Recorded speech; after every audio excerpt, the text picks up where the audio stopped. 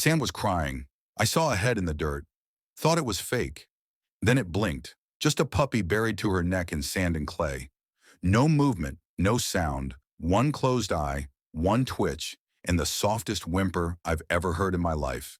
A German Shepherd puppy buried alive. I froze. Not because I didn't care, but because I cared too fast. It didn't make sense. The beach was empty, wind howling, and there she was, half gone, her head barely above the surface, like she was trying to breathe through the ground. I dropped to my knees. My name's James, and I've seen some ugly things. War zones, wrecks, the worst of people. But nothing ever hit me like this. We were just north of Monterey, California, where the cliffs bend into quiet little coves behind private villas and golf courses. I run here most mornings. It's where I go to not feel. That morning the sky was blue, clean, bright, the kind of day you take a photo of until you saw her. I reached toward her head like it might vanish. She didn't flinch. One ear was pressed tight to her skull, the other barely visible under crusted sand. Her breathing, if you could call it that, was shallow. Her nose caked in dirt, one eye swollen shut. I looked around, no footprints nearby. But then I saw it. 10 feet away, half buried too. A plastic garbage bag tied, heavy. Something boiled inside me. I clawed at the sand, my hands shredded on hidden pebbles. My nails bent backward. I didn't stop. She didn't make a sound. She just stared, her one open eye locked on me. How long had she been here? And what kind of person looks a German Shepherd puppy in the face and buries her alive? I kept digging. I talked to her even though I didn't know if she could hear. Stay with me, girl. You're not done. You're not done yet. But I was moving too slow. The clay was thick, packed like cement around her neck. I pulled off my shirt and started using it like a shovel, scooping away layers inch by inch. Each second felt stolen. Then her head tilted back too far. My heart stopped. I leaned close. No, no, no. Come on, baby. Come back. A second passed, then another. And then, barely louder than the wind, came another whimper. She was still here. But for how long? I started digging with my hands. No tools, no help, just panic and clay. My fingers felt like they were splitting open. But I didn't care. I've been trained to survive in deserts and swamps, drop from helicopters with nothing but a blade. But this was different. This was a race I couldn't afford to lose. Every handful I pulled away made her body sink a little, the earth tightening around her like it wanted to keep her. I needed to be smarter. I shifted, wedged my arms deeper, tried to break the suction without crushing her ribs. She didn't move, not even a tremble. Breathe, baby girl. Breathe. I kept whispering. Then I saw it. Her paw, just one, twisted at an odd angle, covered in scratches like she'd been trying to claw her way out. I lost it. Who did this to you? I shouted into the wind. Who? No answer, of course, just the waves crashing against the shore and the terrible stillness of this little life halfway buried. I kept going. Sand filled my shoes. My knees were raw. My heart was racing so hard I thought I might pass out. That's when I spotted them. Boot prints leading from the slope down to the exact spot where she lay. Not hiker boots, not surfer sandals. Heavy work boots, deep treads. They stopped right where the garbage bag was buried. I stood up just long enough to stagger over and yank the bag out. It was half full. Rotted food, old takeout boxes, some kind of cloth, and a small collar, red, still buckled. My stomach flipped. This wasn't some accident. Whoever left this German Shepherd puppy here wanted her to disappear. I hurled the bag away and dropped back to her. Her chest barely moved, one eye still shut, the other looking at me.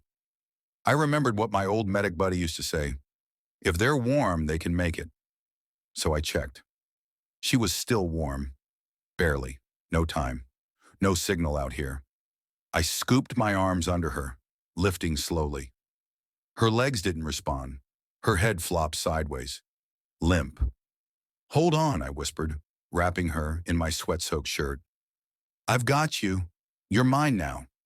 She made the faintest sound like air escaping a balloon. I ran back up the trail, heart pounding, lungs burning. My truck was a half-mile away. I didn't stop. I didn't look back. She was weightless in my arms, but it felt like I was carrying the world. If she had survived this far, I wasn't going to let her go now. She was still warm. Barely. That was all I needed. I slammed the truck door with my elbow, one arm wrapped tight around her.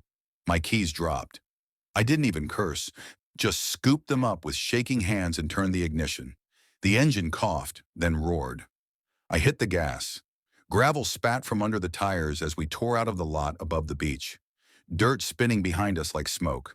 Mira, I hadn't named her yet, but she already felt like Mira. Lay cradled in my lap, wrapped in my damp shirt. Her fur was caked with dried sand and patches of clay.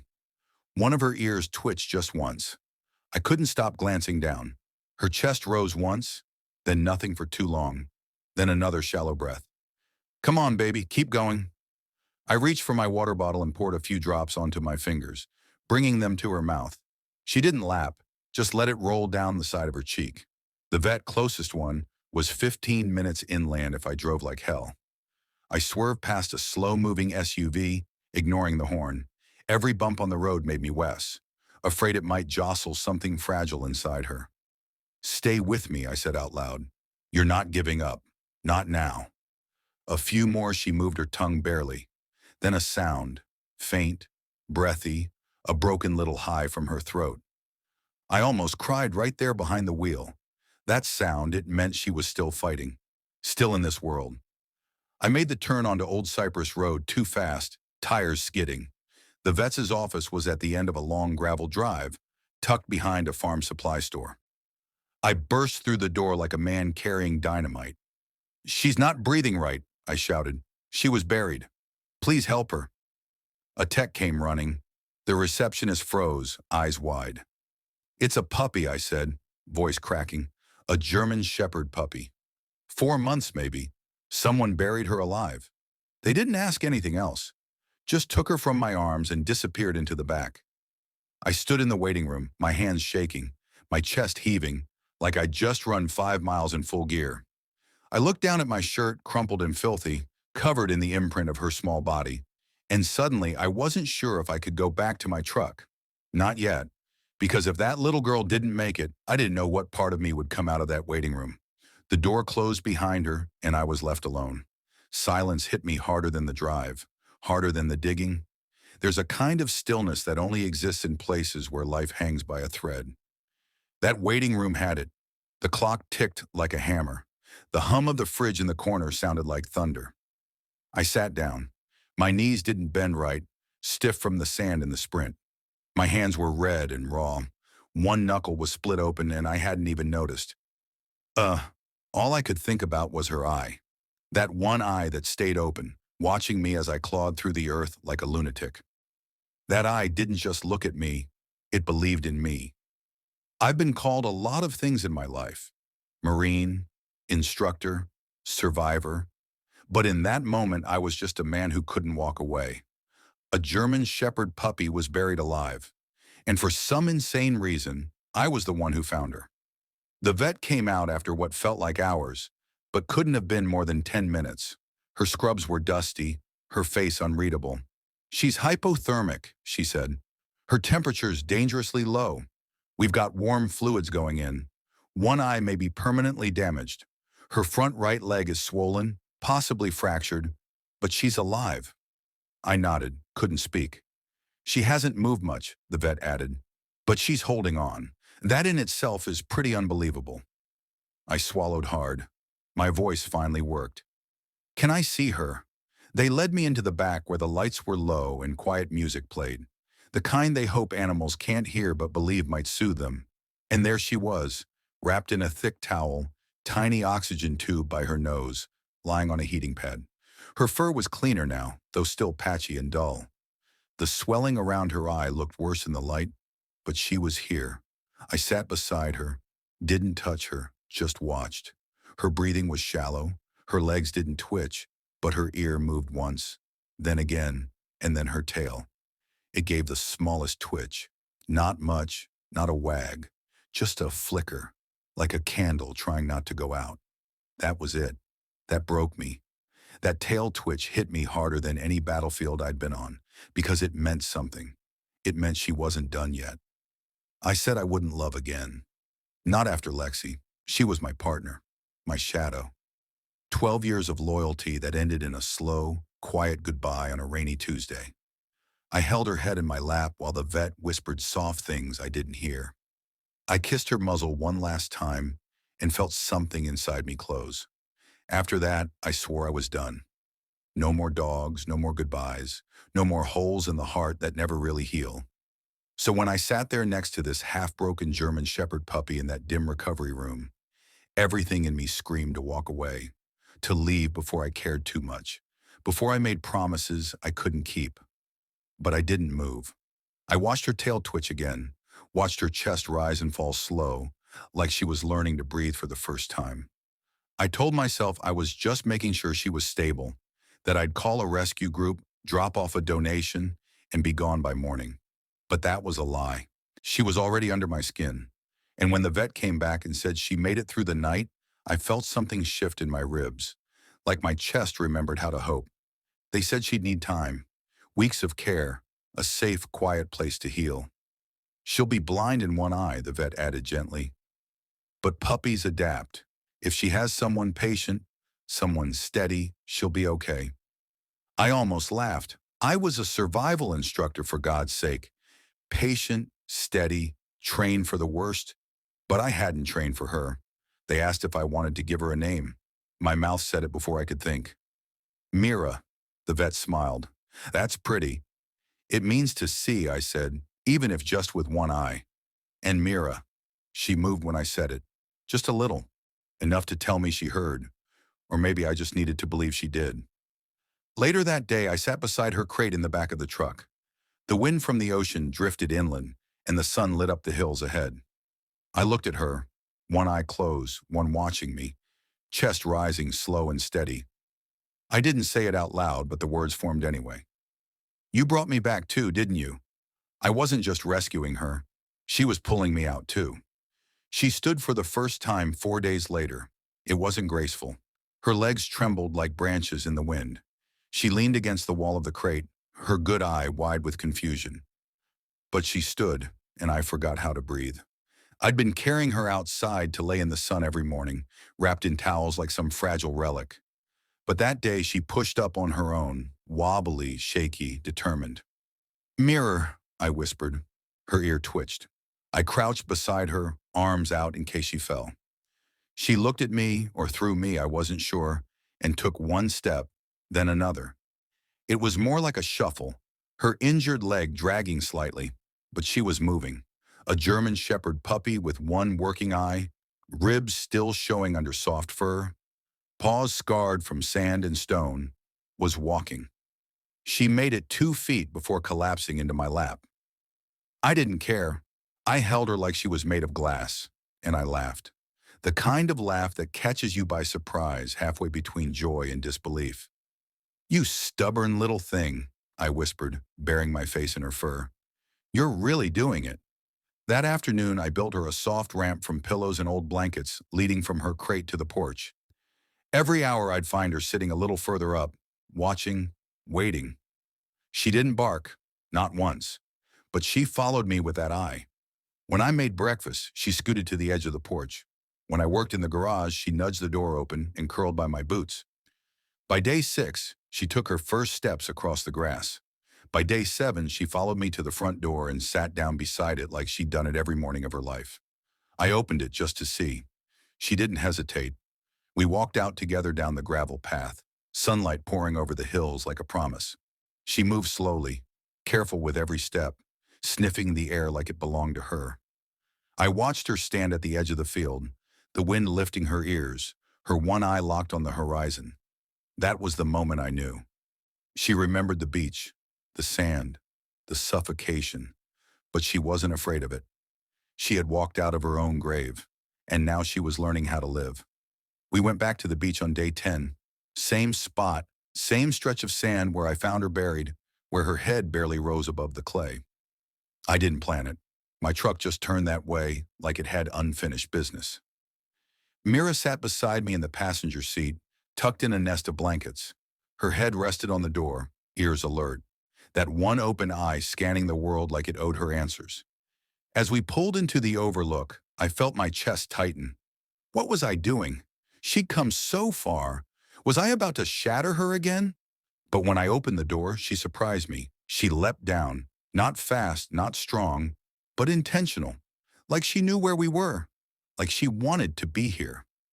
We walked slowly across the sand. The tide was out, wind in our faces. That same stretch of earth where someone tried to erase her, it looked calm now, clean, but I could still see it, the place she rose from. Mira stopped right at the spot.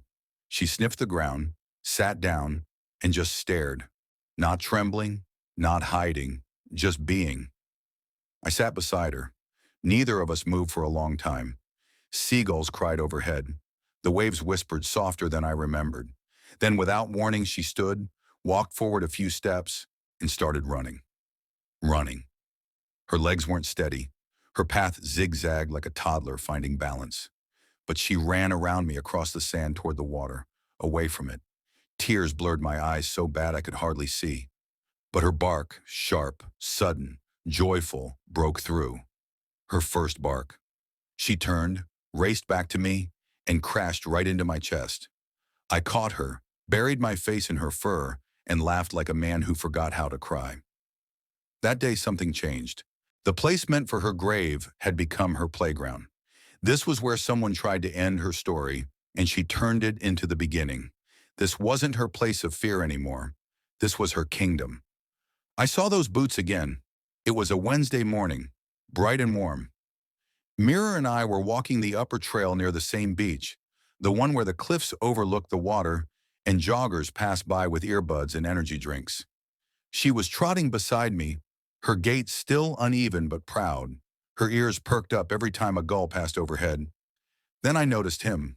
Tall guy, gray hoodie, cargo pants, heavy black boots with deep treads, the kind you don't wear on sand unless you've got something to carry or bury. Mira stopped completely. Her body went still. She didn't growl, didn't bark, just stared, and my stomach dropped. I looked down. Her tail had gone rigid, one paw lifted slightly off the ground.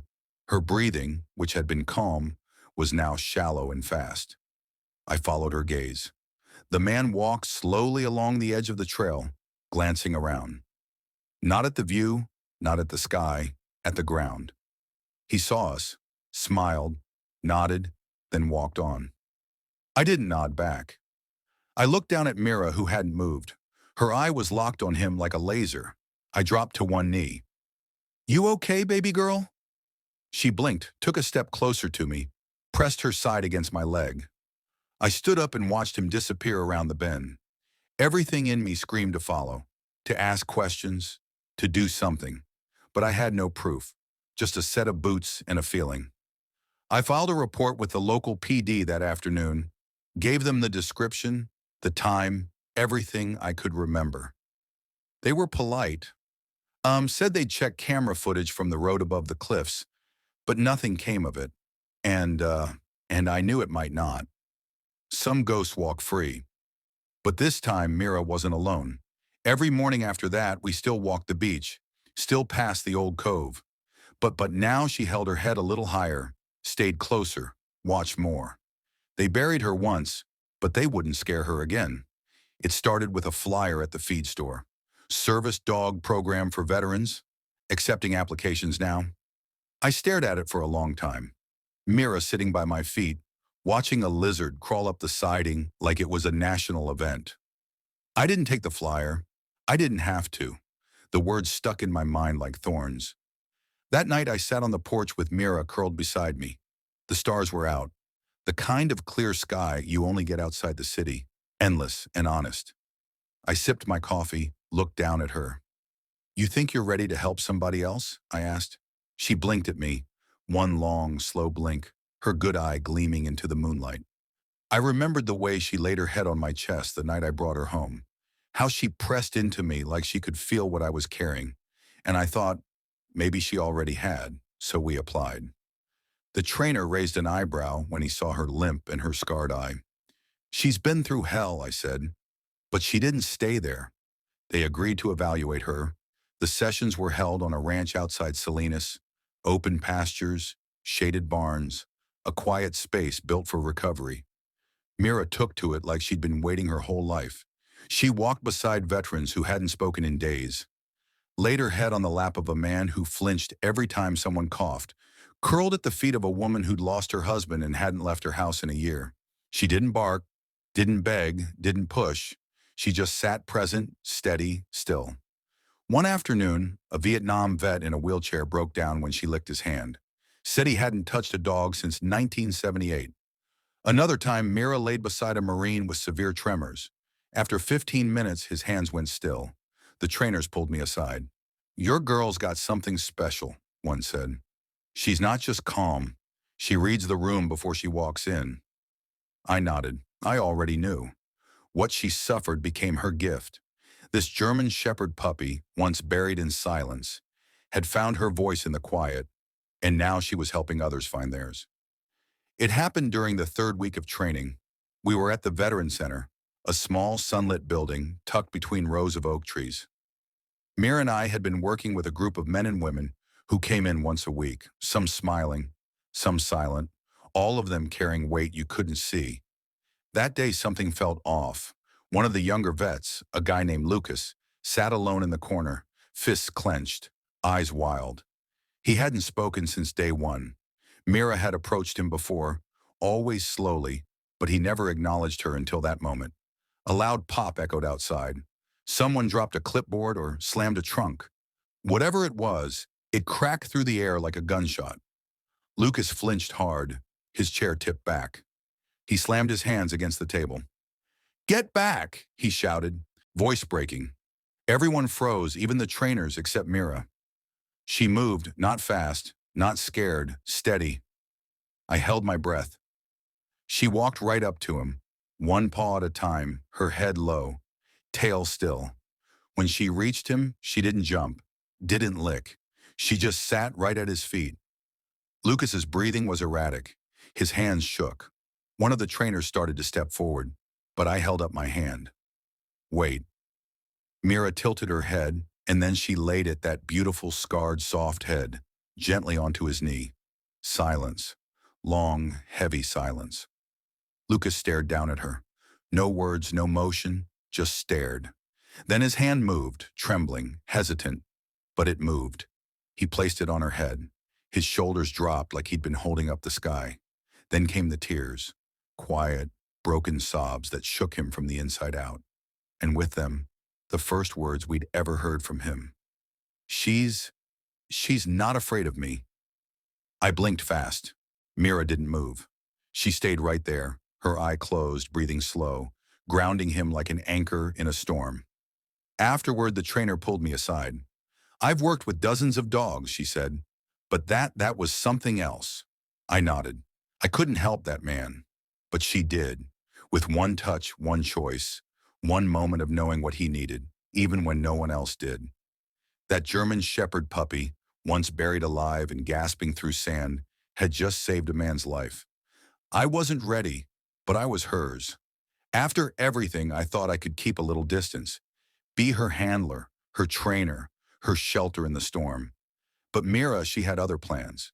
The day we graduated from the program, they handed me her official certification vest, a red one with a silver tag stitched to the side. "Service dog, Mira." I clipped it on her. She stood still, proud like she knew what it meant. And maybe she did. Maybe she always had. When the applause died down, one of the coordinators came up and asked, "Are you planning to adopt her formally or place her with someone else in need?" I didn't hesitate. "She's home," I said. "She stays with me." The words surprised even me, but once I said them, I knew they'd always been true. That night we walked along the beach again, that same cruel stretch of sand that had once tried to bury her. Only this time, she led head high, steps strong, one eye fixed on the horizon like it belonged to her. We reached the spot, the exact one. I'd marked it. A small wooden post I drove into the earth with a rusted mallet.